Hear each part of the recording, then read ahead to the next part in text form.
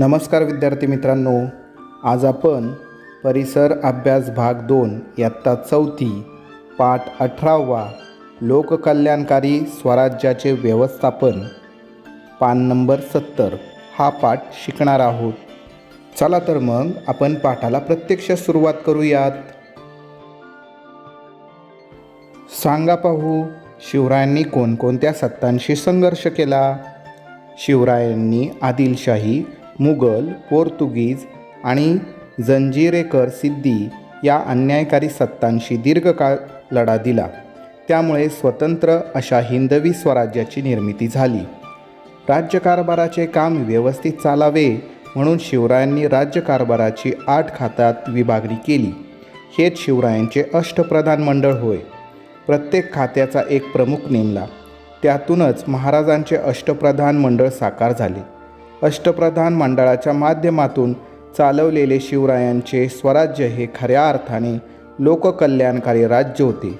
या अष्टप्रधानांच्या व इतरही महत्त्वाच्या अधिकाऱ्यांच्या नेमणुका त्यांची पात्रता व गुणवत्ता पाहून महाराज स्वतः करत. त्यांच्या कारभारावर महाराजांची देखरेख असे. शिवरायांचे अष्टप्रधान मंडळ.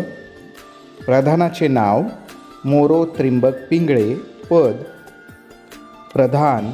काम राज्यकारभार चालवणे. 2 रामचंद्र निळकंठ मुजुमदार. पद अमात्य. काम राज्याचा जमाखर्च पाहणे. हंबीरराव मोहिते. पद सेनापती. सैन्याचे नेतृत्व करणे. मोरेश्वर पंडितराव. पंडितराव. पद धर्माची सर्व कामे करणे. प्रधानाचे नाव निराजीरावजी. पद न्यायाधीश. काम न्यायदान करणे. प्रधानाचे नाव अण्णाजी दत्तो. पद सचिव. सरकारी आज्ञापत्र पाठविणे. प्रधानाचे नाव दत्ताजी त्रिंबक वाकनीस. पद मंत्री. काम पत्रव्यवहार सांभाळणे. प्रधानाचे नाव रामचंद्र त्रिंबक डबीर. पद सुमंत. परराज्याशी संबंध ठेवणे. अशा पद्धतीने शिवरायांचे अष्टप्रधान मंडळ व त्यामध्ये असणारी पदे, त्यांची कामे आपण हे सर्व आता पाहिलेलं आहे. माहीत आहे का तुम्हाला, लोककल्याणकारी राज्यात प्रजेच्या अन्न, वस्त्र आणि निवारा या जीवनावश्यक गरजा पूर्ण होतात. स्त्रियांचा सन्मान केला जातो. सामान्य जनतेची, शेतकऱ्यांची फसवणूक होत नाही. कोणावरही अन्याय होत नाही. प्रजेला जलद न्याय मिळतो. शेती आणि उद्योगांचा विकास होतो. लोककला बहरू लागतात. प्रजा सुखी समाधानी राहते. शिवछत्रपतींनी निर्माण केलेल्या स्वराज्यात त्यांची प्रजा सुखासमाधानाने राहू लागली. त्यामुळे महाराष्ट्रातील लोकांच्या ठिकाणी प्रखर आत्मविश्वास, स्वाभिमान आणि देशप्रेम दिसू लागले. करून पहा. पाठातील आज्ञापत्रातील पर्यावरण रक्षण हा भाग मोठ्या अक्षरात लिहून त्याचा तक्ता तयार करा. त्याचे वर्गात सामूहिक वाचन करा. पर्यावरणाचे संरक्षण. त्या प्रदेशांवर निसर्गाने निर्माण केलेली भूमी, हवा, पाऊस, नद्या, समुद्र, ओढे, जंगले, लहान मोठी प्राणी, पक्षी, सूर्यप्रकाश, चंद्रप्रकाश इत्यादी सर्व घटकांमधून मानवाच्या आजूबाजूस जो परिसर तयार होतो त्यालाच नैसर्गिक पर्यावरण असे म्हटले जाते. या पर्यावरणाचा आवश्यक त्या प्रमाणात उपयोग करून घेणे मानवाच्या हिताचे असते. पर्यावरणातील या विविध घटकांचा नाश होणार नाही याची शिवरायांनी दक्षता घेतलेली दिसून येते. आपल्या राज्यातील जंगले लोकांकडून नष्ट होणार नाहीत याकडे शिवरायांनी अधिक लक्ष दिले. उदाहरणार्थ, आरमारासाठी लहान मोठ्या नावा, जहाजे, वल्हे, सोट इत्यादी तयार करावे लागतात. त्यासाठी लाकूड लागते. म्हणून फक्त सागवानाचीच झाडे तोडावीत. अधिक सागवान पाहिजे असेल तर ते परक्या मुलखातून खरेदी करावे. परंतु कोणत्याही परिस्थितीत आंबे, फणस इत्यादी झाडे तोडू नये. असली झाडे 1-2 वर्षात तयार होत नाहीत. प्रजेने ही झाडे आपल्या मुलांसारखी जतन करून वाढवलेली असतात. ती तोडून प्रजेला दुःख देऊ नये. अगदीच एखादे झाड जीर्ण असेल तर त्या झाडाच्या मालकाला रोख पैसे देऊन त्यांचे समाधान करून मगच ते तोडावे. अशा प्रकारे अनेक हुकूम शिवरायांनी दिले होते असे आज्ञापत्रावरून समजून येते. हे नेहमी लक्षात ठेवा. पर्यावरण रक्षणाचे महत्त्व पटवून देण्यासाठी आणि पर्यावरणाचा ऱ्हास रोखण्यासाठी 5 जून हा दिवस दरवर्षी जागतिक पर्यावरण दिन म्हणून साजरा केला जातो. जलव्यवस्थापन. शिवरायांनी स्वराज्यातील गावोगावी छोटे मोठे बंधारे बांधून लोकांना पिण्यासाठी पाणी उपलब्ध करून दिले. तसेच या बंधाऱ्यांना पाट काढून शेतीसाठीही पाणी उपलब्ध करून दिले. त्यामुळे स्वराज्याचे उत्पन्न वाढले. स्वराज्यातील रयतेला दुष्काळाची कधीही तीव्रता जाणवली नाही. शिवरायांच्या काळात गडांवर वस्ती करून राहणाऱ्या प्रजेची संख्या मोठी असे. तेथे पाण्याची व्यवस्था करण्यासंबंधी शिवराय काळजी घेत असत. गड बांधण्यापूर्वी त्या जागेवर पुरेसे पाणी आहे का याची पाहणी केली जात असे. अशा एखाद्या जागी पाणी नसेल तर तेथे पावसाळ्यापूर्वीच तळी आणि टाक्या बांधून पावसाचे पाणी त्यामध्ये साठवले जाई. हे साठवलेले पाणी जपून वापरले जात असे. अशा जलव्यवस्थापनामुळे गडांवरील लोकांना आणि स्वराज्यातील प्रजेला दुष्काळातही पाण्याची टंचाई जाणवत नसे.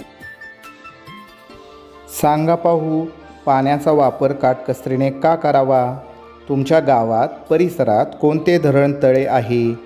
जलव्यवस्थापन म्हणजे काय? जलव्यवस्थापनाबाबत शासनाच्या कोणत्या योजना आहेत माहीत आहे का तुम्हाला?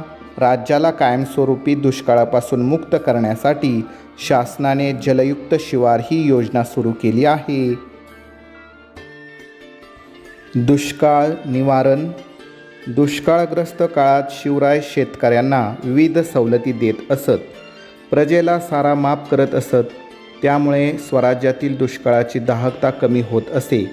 एखाद्या वर्षी स्वराज्यात दुष्काळ पडल्यास शिवराय सरकारी कोठारात साठवलेले धान्य रयतेला मोफत वाटून देत असत. तसेच दुष्काळाच्या वर्षी शिवराय वेगवेगळ्या किल्ल्यांवर दुरुस्तीची कामे सुरू करत. त्याचप्रमाणे धरणे, कालवे, बंधारे यांचीही कामे सुरू करत. या कामांमुळे शेतकऱ्यांबरोबरच कारागिरांना म्हणजेच बलुतेदारांना रोजगार मिळत असे. रोजगार मिळाल्यामुळे स्वराज्यातील रयतेला दुष्काळाची तीव्रता कधीच जाणवली नाही. शेतकरी समृद्ध झाल्यामुळे काल ज्याच्या पायात जोडा नव्हता त्याने जोडा घेतला. अंगावर वस्त्र नव्हते त्याने वस्त्र घेतले. त्यामुळे विणकऱ्यांना काम मिळाले. राहायला ज्यांना घर नव्हते त्यांची घर बांधण्याची परिस्थिती निर्माण झाली. त्यामुळे घर बांधणाऱ्यांना, गवंड्यांना, सुतारांना, लोहारांना व वीट बनवणाऱ्यांना, कुंभारांना काम मिळाले. अशा प्रकारे स्वराज्यात शेतकऱ्यांबरोबर कारागीर व बलुतेदार सुखी समृद्ध झाले. सांगा पाहू, तुमच्या गावातील परिसरातील बाजारपेठेचे नाव सांगा. बाजारपेठेला ते नाव का पडले असेल त्याची माहिती सांगा. सागरी व्यापार आणि इतर व्यापार पेठा. स्वराज्याचे संरक्षण चांगल्या प्रकारे करता यावे म्हणून स्वराज्याला लागून असणाऱ्या समुद्रावर आपली हुकूमत असली पाहिजे. या हेतूने शिवरायांनी आपले स्वतंत्र आरमार उभे केले. तितकेच करून ते थांबले नाहीत तर स्वराज्यातील व्यापार वाढावा म्हणून त्यांनी मालाची वाहतूक करणारी खास जहाजे बांधून घेतली. राजापूरसारखी व्यापारी बंदरे विकसित केली. त्याचप्रमाणे रायगडावर खास बाजारपेठ वसवली. पुण्याशेजारी खेड शिवापूर ही वेगळी व्यापारी पेठ सुरू केली. मोठ्या गावात आणि रस्त्यावरील गावात व्यापार पेठा निर्माण केल्या. वीर माता जिजाबाईंच्या हुकुमाप्रमाणे पुण्याजवळील पाषाण गावात एक नवीन पेठ तयार करण्यात आली होती. तिचा उल्लेख जिजापूर म्हणून केला जात असे. स्वराज्यातील व्यापार वाढावा म्हणून शिवरायांनी बाहेरील प्रदेशातून येणाऱ्या वस्तूंवर जास्त कर बसवला. पोर्तुगीज हद्दीत येणाऱ्या मिठावर त्यांनी अधिक कर बसवला. त्यामुळे त्या मिठाची किंमत वाढली. या उलट स्वराज्यात तयार होणाऱ्या मिठावरील कर त्यांनी कमी केला. त्यामुळे लोकांना स्वराज्यातील मीठ स्वस्त मिळू लागले. अर्थातच स्वराज्यातील मिठाचा व्यापार वाढला, त्यामुळे स्थानिक व्यापाराला चालना मिळाली. स्वराज्यातील व्यापार उद्योगांची वाढ होण्यासाठी शिवराय प्रयत्न करत होते. आपल्या प्रजेची व्यापाऱ्यांकडून कोणत्याही प्रकारची फसवणूक होता कामा नये याकडे ते जातीने लक्ष देत.